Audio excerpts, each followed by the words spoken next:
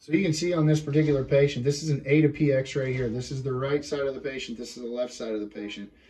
This patient actually has back pain in the lower back, down through the glutes, into the hips. Also too, right around where you can imagine a bra strap might be. Now this is a guy, so he doesn't have a bra strap, but right in that region.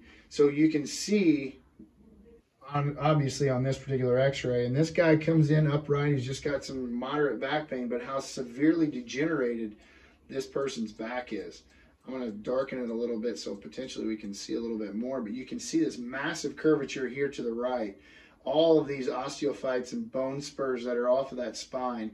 Also too, down here you can see he's actually even got some compression of this vertebra at L4 on the right side because it's had so much pressure for so long, that scoliosis, that scoliotic curve there, and it's starting to actually compress the body of that vertebra. And so you can see just a lot of degeneration on the spine. And so for patients like this, it takes so much more than simply, a side posture adjustment. You really have to be cognizant of how to adjust these type of areas, how to open that up, how to also make sure that these people have homework that they can actually continue to keep this area as mobile as possible. Now, you're never going to get rid of these bone spurs, but you can create mobility and you can create a lot of stability to keep this from getting worse.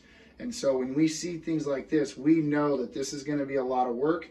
This is, this is going to take some time. This is going to be a marathon and not a sprint, because this has been there for years. But there are things that we can do here and that can be done to resolve that back pain, to help to try to prevent as much of that lumbar stenosis as possible, so that this patient may not have to have surgery down the road.